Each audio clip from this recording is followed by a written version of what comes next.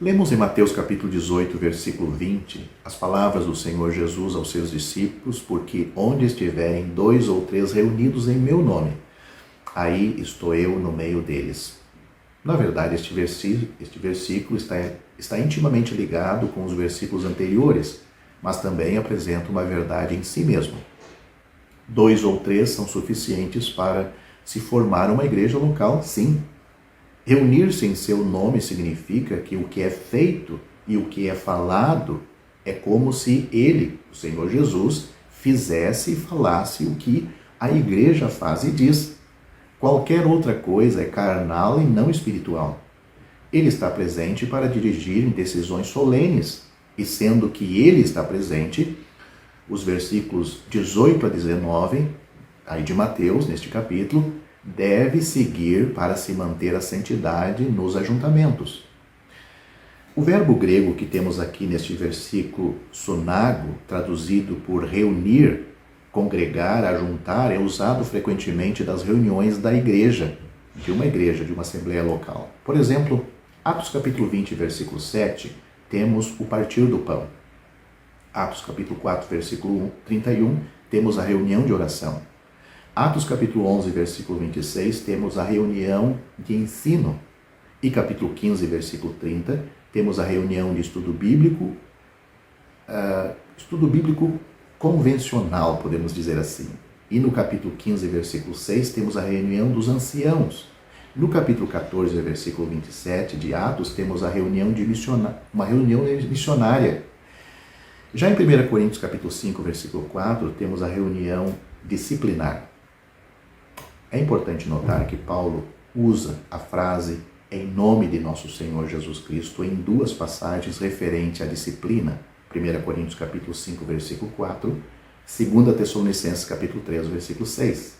Na verdade, o seu nome deve incluir tudo o que fazemos, pois Paulo escreve, e tudo o que fizerdes, seja em palavras, seja em ação, fazei-o em nome do Senhor Jesus, dando por ele graças ao Deus Pai. Colossenses capítulo 3, versículo 17. Esta verdade claramente não é afetada pelo tamanho da igreja, ou seja, a assembleia local. Seja literalmente os 2 ou 3 crentes, ou seja, 200 ou 300. Seja qual for o número, sua presença é a mesma. Ele toma seu lugar no meio daqueles que se reúnem somente em seu nome. Parece que o Senhor tinha em mente, quando falou essas palavras, o fim desta dispensação, quando falou dos 2 ou 3. O processo que o Senhor descreve requer um grupo, o processo que o Senhor descreve em Mateus capítulo 18, requer um grupo maior do que apenas 2 ou 3. Havia a parte ofendida, o ofensor, mais 1 ou 2 testemunhas no versículo 16, e depois toda a igreja no versículo 17.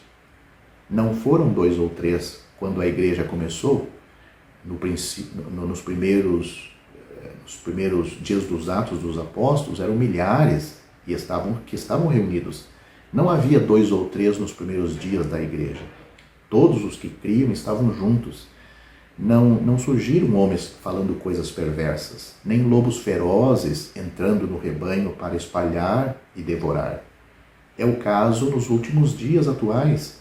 Em algumas partes do mundo que existem muitas assembleias locais que são numericamente pequenas, apenas um punhado de santos, mas continuando firmemente a se reunir na pessoa de Cristo. E a promessa de sua presença se cumprirá, mantendo-se firme até o fim, até que ele volte. A reunião neste versículo não é principalmente a ação de 2 ou 3 crentes. Eles são realmente passivos e o particípio perfeito, ou seja, poderia ser traduzido assim, tendo sido reunidos, ou seja, onde estiverem 2 ou 3 reunidos em meu nome, aí estou eu no meio deles. A forma grega que é o particípio perfeito, poderia ser traduzido aonde estiverem tendo sido reunidos, alguém fora deles. É a ideia de 2 ou 3 sendo reunidos pela agência ou por um agente divino, isto é, reunidos pelo Espírito Santo ao nome do Senhor Jesus. Assim, talvez, para os mais jovens que são salvos e batizados, mas não se reúnem com os crentes na Assembleia Local, nós os encorajamos todos a serem exercitados sobre esta verdade da coligação. Há necessidade de ser sensível à orientação da habitação do Espírito de Deus, pois ele reuniria os crentes na comunhão de uma Assembleia Local que se reunisse ao digno e autoritário nome do Senhor Jesus. Alguém pode perguntar, baseamos toda esta doutrina neste único versículo de Mateus capítulo 18, versículo 20? Um único versículo da Escritura inspirada seria suficiente para formarmos aquilo que acreditamos, mas há outros versículos do Novo Testamento que prometem a presença pessoal de Cristo no meio da igreja.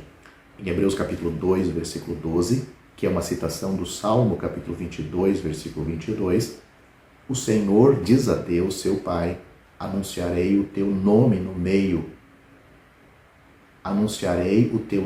a meus irmãos, no meio da igreja, da assembleia, cantarei louvores a ti.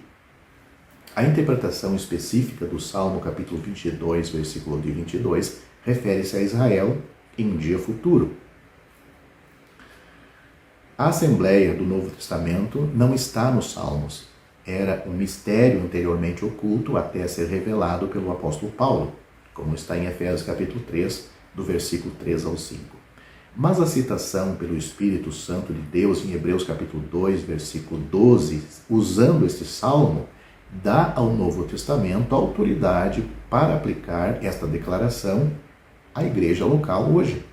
Portanto, temos sua promessa para nós em Mateus capítulo 18, versículo 20, e também a sua promessa a seu Pai em Hebreus capítulo 2. A dupla promessa da presença de Cristo no meio dos santos quando nos reunimos. Essa é a simplicidade e a beleza de se reunir no nome e na pessoa de nosso Senhor Jesus Cristo. E isso é realmente o que define uma Assembleia Local do Novo Testamento. Também pode ser notado que no contexto de Mateus, capítulo 18, versículo 20, a reunião de 2 ou 3 é especificamente para a questão da oração. Note o versículo 19 que diz, se 2 de vós concordardes na terra quanto a qualquer coisa que pedir, isso lhes será feito por meu Pai que está nos céus. Não diríamos que Mateus capítulo 18, versículo 20 se aplica exclusivamente à reunião de oração da Assembleia, mas certamente se aplica a essa reunião. Quando nos reunimos em Assembleia para orar, para juntos apresentarmos nossos pedidos a Deus, a presença de Cristo em nosso meio faz toda a diferença, pois dá autoridade às orações que sobem ao trono de Deus. Lemos no versículo 18 de Mateus 18, em verdade vos digo que tudo que ligardes na terra será ligado no céu, e tudo que desligardes na terra será desligado no céu. A decisão da igreja será notificada nos céus se este procedimento for adotado. Em Mateus capítulo 16, versículo 19, esta autoridade de atar e desatar foi dada ao apóstolo Pedro, com relação ao início da igreja, da dispensação. Mas aqui é dado à igreja local, a toda a igreja local, ou a todas as igrejas locais. Isto requer que a igreja local esteja em contato íntimo com a mente divina, fazendo exatamente o que o Senhor Jesus faria. Qualquer coisa além disso é presunção e não é espiritual. Esta condição é afirmada em 1 Coríntios capítulo 5, versículo 4, onde a reunião devia ou deveria ser em nome de nosso Senhor Jesus Cristo. Nesta disciplina do irmão ou da irmã, É uma disciplina onde ele ou ela que ofendeu é tratado praticamente como um descrente, até que o arrependimento e a restauração produzam novamente o fruto espiritual, quando ele ou ela, então, poderá ser novamente recebido na comunhão da igreja. Neste assunto, o céu e a igreja local fazem a mesma coisa. No caso onde existe somente um homem e 6 irmãs, todos os 7 constituem esta assembleia local. O irmão, o homem, o varão, fará o trabalho público em nome desta assembleia local. Neste caso específico, o problema foi entre 2 irmãs.